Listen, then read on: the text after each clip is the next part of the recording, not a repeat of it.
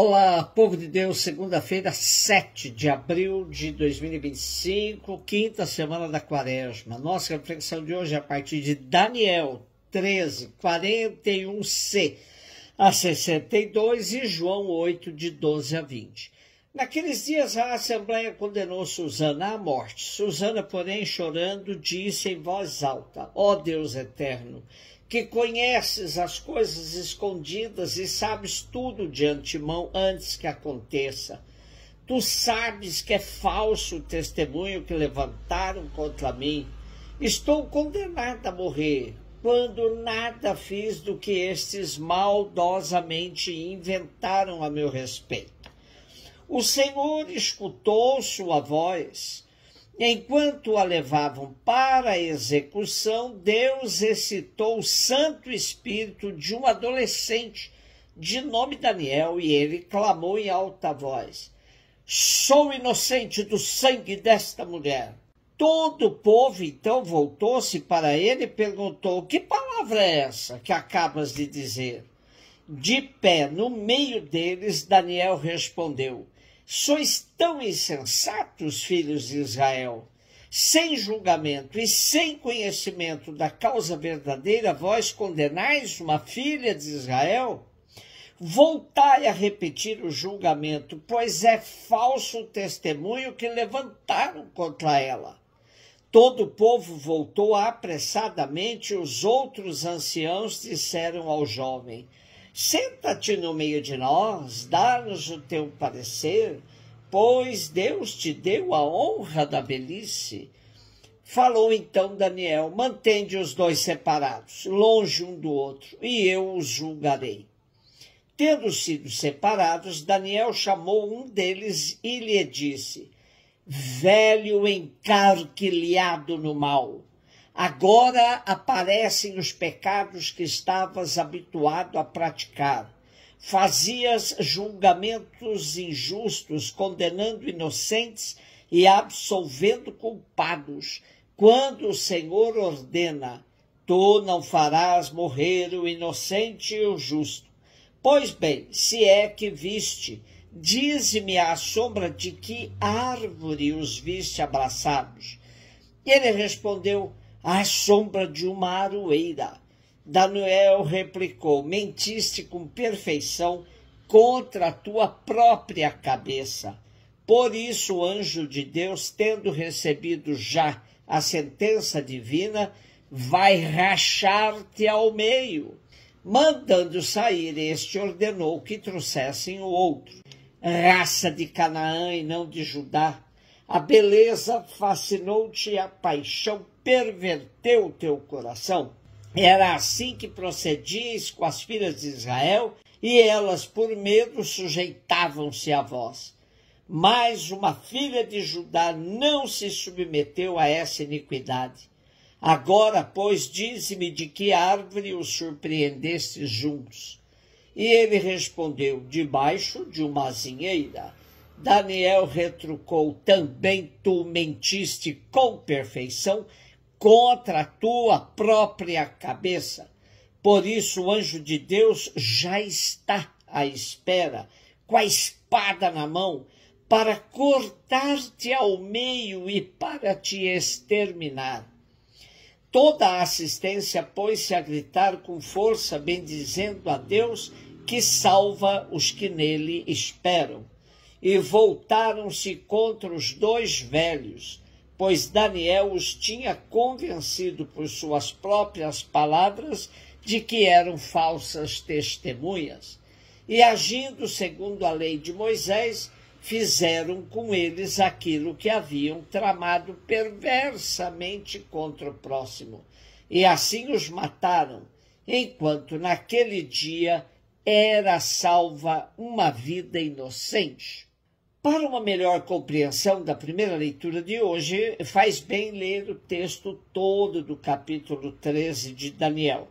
Por meio de contos populares como este de Susana, o povo de Israel passava de pai para filho a fé no Deus único e justo. Podemos imaginar a reação de quem ouvia esse conto. Susana, a inocente, os velhos juízes, homens sem ética e sem moral. Daniel, o jovem inteligente e temente a Deus. A multidão que percebe que iria cometer uma injustiça se seguissem a orientação dos juízes anciãos. E o Deus de Israel, que não abandona os oprimidos e injustiçados. Sendo assim, a retidão de Susana é paradigmática para todo Israel, que deve seguir seu exemplo e não dos velhos homens da lei que já se corromperam. Com esse conto, o povo passará a desconfiar do sistema da lei, que age segundo interesses escusos e comete injustiças.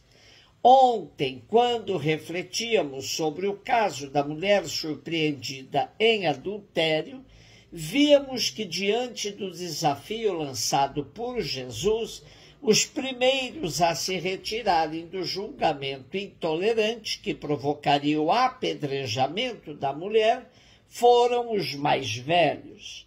A sociedade da época de Jesus vivia sob um sistema de lei absolutamente injusto e viciado a condenar e não fazer valer a justiça.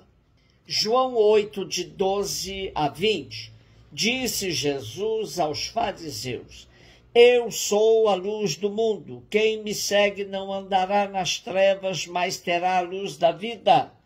Então os fariseus disseram: O teu testemunho não vale, porque estás dando testemunho de ti mesmo. Jesus respondeu: Ainda que eu dê testemunho de mim mesmo, o meu testemunho é válido, porque sei de onde venho e para onde vou. Mas vós não sabeis de onde venho, nem para onde vou. Vós julgais segundo a carne, eu não julgo ninguém. E se eu julgo, meu julgamento é verdadeiro, porque não estou só, mas comigo está o Pai, que me enviou.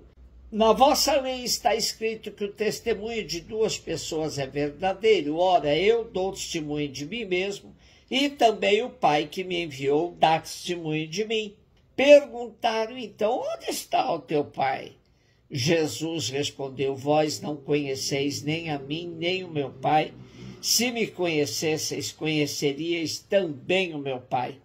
Jesus disse estas coisas enquanto estava ensinando no templo, perto da sala do tesouro. E ninguém o prendeu, porque a hora dele ainda não havia chegado.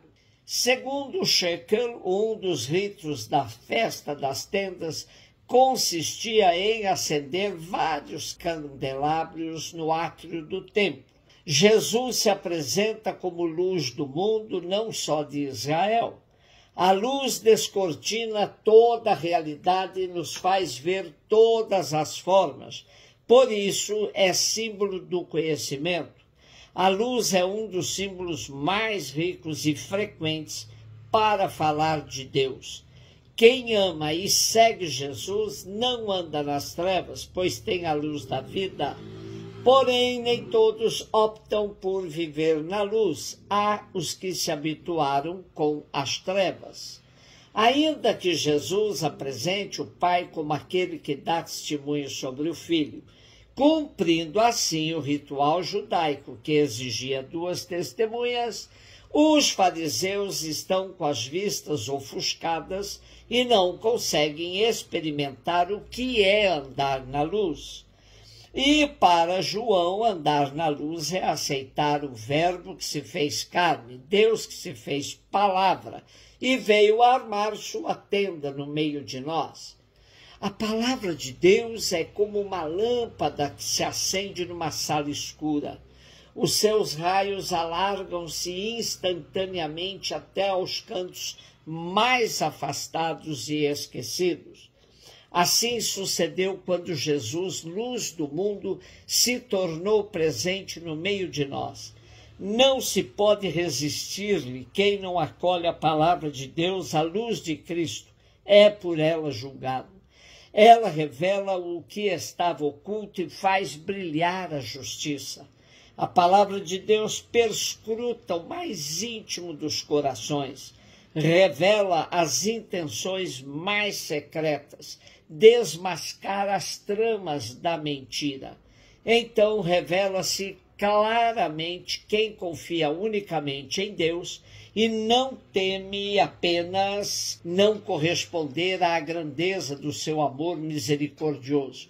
E também se revela quem, tendo a mente e o coração mesquinhos, vai procurar furtivas satisfações, como se a felicidade fosse incompatível com a fidelidade à verdade e ao Evangelho.